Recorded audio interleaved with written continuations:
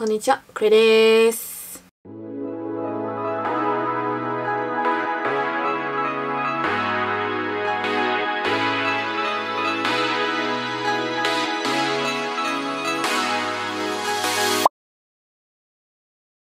Alors, tout d'abord, petit disclaimer avant de commencer cette vidéo, je ne cherche pas à diaboliser ce type d'émission ou encore à tirer de la haine. Je ne cherche en aucun cas à accuser qui que ce soit. Je ne possède pas toute la vérité, j'ai simplement rassemblé différentes informations que j'ai trouvées sur internet via des sites et autres articles que vous pourrez potentiellement trouver en barre d'infos. J'ai également uniquement pour but de simplement vous informer et peut-être éveiller votre esprit critique, on ne sait jamais. Et je vous invite très fortement à faire vos propres recherches complémentaires et à me faire part de votre point de vue en commentaire si vous le souhaitez. Voilà, je pense que c'est bon, on va passer à la vidéo. Je m'excuse un petit peu aussi par rapport au bruit que vous pourriez entendre dans cette vidéo. Ils ont décidé de couper l'herbe à côté de chez moi et c'est bien bruyant. Alors, je vais vous parler de Survival 2.0 parce que oui, le survival, c'est pas forcément ça.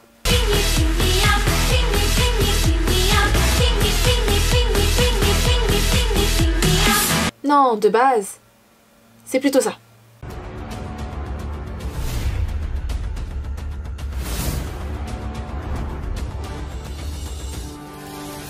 Le survival est un type d'émission où le but est de surmonter de nombreuses épreuves, notamment dans un lieu hostile, en tout cas c'était le cas pour les premières émissions du genre, et ainsi devenir le dernier candidat en liste pour obtenir la récompense qui était la plupart du temps, et qui l'est toujours, de l'argent. Ce type d'émission a été, entre guillemets, créé en 1992 par Charlie Parsons, mais est apparu vraiment sur nos écrans pour la première fois en tout cas en Suède, en 1997 avec l'émission du nom de Expédition Robinson. Mais en tout cas, je pense qu'en France, l'équivalent français est Koh-Lanta, donc vous le connaissez tous. C'est cette émission qui a commencé en 2001 et qui compte aujourd'hui 25 saisons diffusées devant nos yeux. Mais en vérité, il y a 27 saisons puisqu'il y en a 2 qui sont en cours de tournage. En gros, vous êtes dans un environnement clos. Vous n'avez donc aucun contact avec des personnes extérieures à l'émission, donc c'est-à-dire en dehors des participants de l'émission et du staff de l'émission, ou alors les interactions que vous pourriez potentiellement avoir avec des gens extérieurs sont extrêmement contrôlées et limitées. Déjà, si c'est pas un moyen de séquestration. Ensuite, vous avez une récompense qui vous motive à la clé, donc au début, et on parle généralement d'argent. Hein, on aime tous l'argent. Vous faites face à de nombreuses épreuves, évidemment face caméra, et le but premier est d'être celui ou celle qui survivra à tous ces défis pour espérer obtenir la grande récompense. Génial ce programme. En soi, soyons honnêtes, c'est de la télé-réalité, puisque les candidats sont filmés pratiquement en permanence pour créer un lien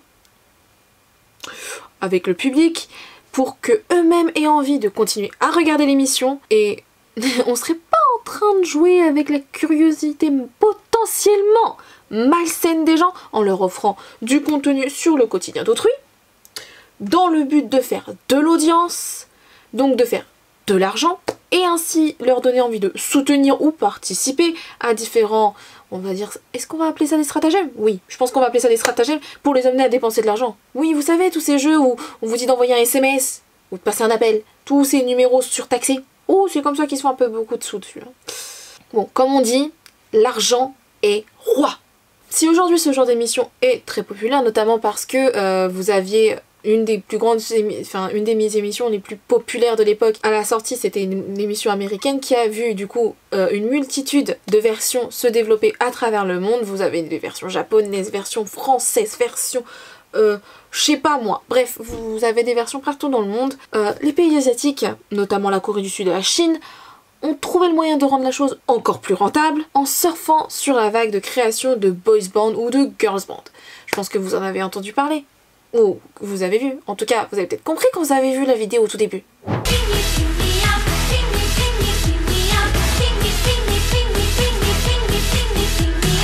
En Corée du Sud, ce phénomène a commencé notamment en 2006 avec des compétitions internes aux agences pour savoir qui allait faire partie du nouveau groupe qui allait débuter dans les prochaines semaines. Si cette pratique existait déjà hors caméra, notamment à ce stade-là, puisque personne ne le voyait, on pouvait carrément parler plutôt d'auditions supplémentaires pour savoir qui était digne de débuter maintenant. En amenant ça aux yeux du public, c'était s'assurer à la fois de la pub pour l'agence, une promotion des futurs membres de ce groupe, des trainees qui sont encore en liste ou qui sont encore dans l'agence, et aussi assurer de grands débuts et une fanbase à ce nouveau groupe. D'ailleurs, de nombreux groupes que vous connaissez peut-être ont été créés via ces émissions. Par exemple, vous avez le groupe 2PM, Big Bang, Twice ou encore Seventeen.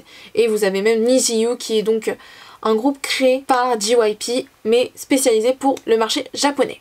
Si au début tout était contrôlé au sein d'une même agence, ce qui permettait d'éviter potentiellement un quelconque favoritisme au sein des participants, c'est seulement lorsque ce même principe est passé entièrement d'une compétition interne à une compétition ouverte inter-agence que les dérives, si on peut voir ça seulement comme ça, ont commencé. La première émission à ma connaissance impliquant la création d'un groupe interagence est l'émission Produce 101 qui a été diffusée sur la chaîne Mnet en 2016 de janvier à avril et qui a été produit par CJ ENM qui est une filiale du groupe CJ Group et qui avait pour but tout simplement de créer un groupe éphémère qui ne durait que 1 ou 2 ans, je ne sais plus exactement la durée du groupe mais ça n'avait pas pour but de durer longtemps. Si de nombreuses rumeurs circulaient déjà dès la première saison, cela ne s'est pas calmé durant les saisons suivantes, au point où une enquête de police a été lancée, révélant ainsi la vérité aux yeux de tous. Je ne vous cache pas que si vous cherchez sur internet Scandale Produce et j'en passe, vous trouverez une multitude d'articles parlant de ce sujet, puisque même des participants ont avoué qu'ils se doutaient ou même plutôt on peut dire qu'ils avaient remarqué que l'émission était truquée. Des stagiaires de l'émission ainsi que des membres du staff ont révélé que les trainees étaient traités de manière différente en fonction de leur classement et ou même de leurs agences. Genre, sois discret dans la vie si tu veux tricher, non? L'enquête a également permis d'établir que dans pratiquement toutes les saisons, les votes avaient été manipulés par la production pour que certains trainees, peu importe leur classement, soient favorisés, soit éliminés. Pour faire simple, tu peux faire partie du top 10 et te retrouver éliminé du jour au lendemain par la prod sous n'importe quel prétexte. Ton destin, qui est censé être entre les mains du public puisque c'est eux qui votent, est en réalité contrôlé par l'argent. Bien sûr l'argent. Parce qu'en plus de la manipulation des votes, on a droit à de la corruption de la prod par les agences. Évidemment, pourquoi certains seraient favorisés plutôt que d'autres si l'argent des agences versé à la prod n'était pas impliqué. C'est là que je vais vous parler d'un survival qui est en cours actuellement en Chine qui se nomme Trang 2021 ou Produce Camp 2021 2021 pour les non anglophones. Hein.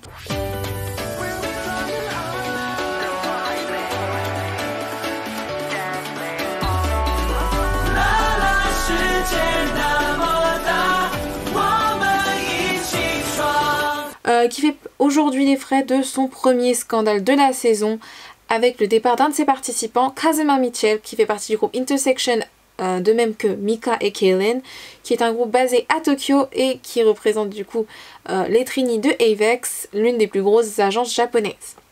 En effet, celui-ci a annoncé qu'il quittait l'émission le 8 mars 2021 via une vidéo qu'il a postée sur son compte personnel Weibo ainsi que celui de l'émission où il explique qu'il quitte la compétition et donc Trang pour des raisons familiales. Il s'excuse également auprès des membres de son groupe de les quitter, ou plutôt disons de les abandonner aussitôt dans la compétition, qu'il leur confie son rêve. I also want to apologize to my brother, Kaylin and Mika, because we came here together with the dream of debuting in China together, and I'm gonna have to leave them early. Et également qu'il compte bien revenir en Chine, peut-être pas pour l'émission, pour revoir ses fans. Lui qui était encore en plein tournage la veille pour Trang, cette annonce éveille les suspicions des internautes et des fans vis-à-vis de ce départ assez précipité. Cela réveille de nombreuses rumeurs de manipulation et de corruption de la compétition, comme pour l'un des participants de l'édition 2019 qui aurait été forcé de partir dû certes en partie au harcèlement qu'il subissait sur les réseaux sociaux par les fans des autres participants de l'émission, mais également, selon un membre du staff, sur une discussion interne entre les agences et la production qui aurait jugé que celui-ci n'avait pas une valeur entre guillemets monétaire suffisante pour le garder dans l'émission. Vous suivez toujours? Donc les théories fusent et il y a actuellement deux camps qui se démarquent. Vous avez ceux qui croient que c'est réellement un choix personnel de Kazuma, en évoquant que sa famille l'aurait potentiellement poussé à faire un choix entre ses études et sa carrière, en lui disant clairement qu'il devrait privilégier ses études. Et je tiens à le rappeler, le jeune homme est encore étudiant à Harvard actuellement. Et c'est l'une des choses qui avait fait de lui quelqu'un d'assez connu, en tout cas auprès du public, en plus de dire qu'il a du talent et qu'il a un beau physique. Je tiens aussi à préciser que les membres du groupe Mika et Kaylin se sont fait connaître de manière différente, puisque Mika, ça a été pour son physique, encore une fois, et sa voix.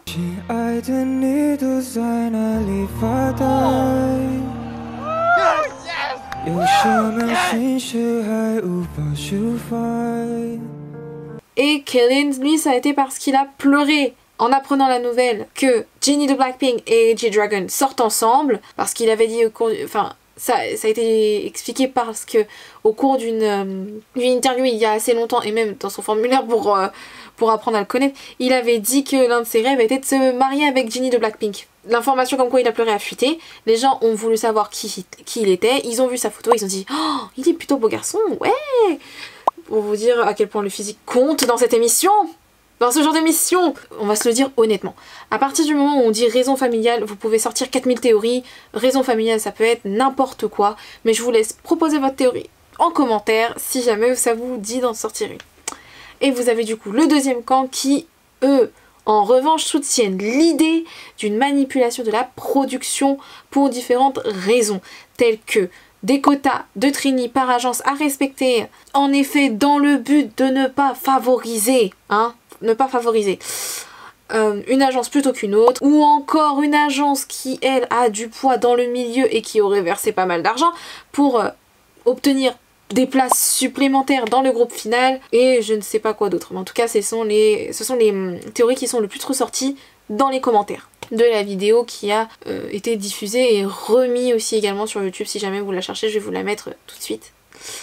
Et je tiens à le rappeler également, Kazuma s'est classé 6ème du vote de popularité dès le 2e épisode de l'émission. Et au 3e épisode, il a été classé 4ème. Vous pouvez encore le voir actuellement, mais je pense que quand la vidéo sera sortie, ce sera peut-être plus le cas, peut-être qu'ils l'auront retiré. Ce qui explique donc la méfiance des fans et amène de véritables théories du complot, si je l'ose dire. Certains justifient leur théorie en pointant que Kazuma a l'air d'avoir perdu du poids dans cette vidéo par rapport aux photos de la promotion de l'émission, mais vu comment ils ont un emploi du temps farfelu, bien... ils ont mis la dose. Pourtant, quand on regarde des vlogs, on dirait pas, mais ce qui pourrait expliquer qu'ils perdent beaucoup de poids. En conclusion, puisqu'il faut bien en faire une à ce stade, et en espérant ne pas vous avoir perdu en cours de route, si en principe le survival a pour but de donner une chance à tous de se faire connaître et de débuter dans l'industrie dans les meilleures conditions, dans les faits, donner le pouvoir de choisir le destin de personnes qui se donnent entièrement à leur passion à des internautes sans aucune connaissance de la musique, en tout cas dans ce cas précis, ou l'industrie du divertissement, ou encore qui ne sont pas forcément réellement en mesure de juger le talent de chacun sur des critères dits professionnels, c'est donner en réalité un moyen pratique aux agences de faire le tri parmi leurs trainees sans faire aucun effort. Ah oui, parce que je vous jure que entre ne pas réussir une audition interne que personne ne voit et se planter entre guillemets aux yeux de tous, la motivation, il y en a un qui fait un peu moins mal que l'autre. Je vous laisse deviner c'est lequel. Soyons honnêtes, tout le monde se ressemble. Toujours le même type de personnes avec les mêmes standards. On perd totalement la notion de diversité dans ce type d'émission qui se base sur la valeur monétaire de chaque candidat ou candidate pour créer un modèle rentable à succès du groupe parfait, non? Ainsi les dérives multiples sont favorisées tant que la notion d'argent et de rentabilité est impliquée, rien ne changera vraiment. Je crois qu'on peut tous être honnêtes. Tant qu'il y a de l'argent, il y a de l'espoir, non? Quel espoir même. Il y a de l'espoir pour ceux qui ont de la moula, point. Je vais vous poser maintenant la question suivante. D'après vous, que nous apportent ces émissions en nous faisant croire que notre avis, notre opinion compte en premier et qu'on a besoin à tout prix de savoir si A ou B s'entendent off-stage? Parce que, admettons-le, tout ça on sait que c'est des montages. Hein? On le sait. On le sait tous. Les suspicions des fans sont-elles justifiées? Après, comme on dit, il n'y a pas de fumée sans feu.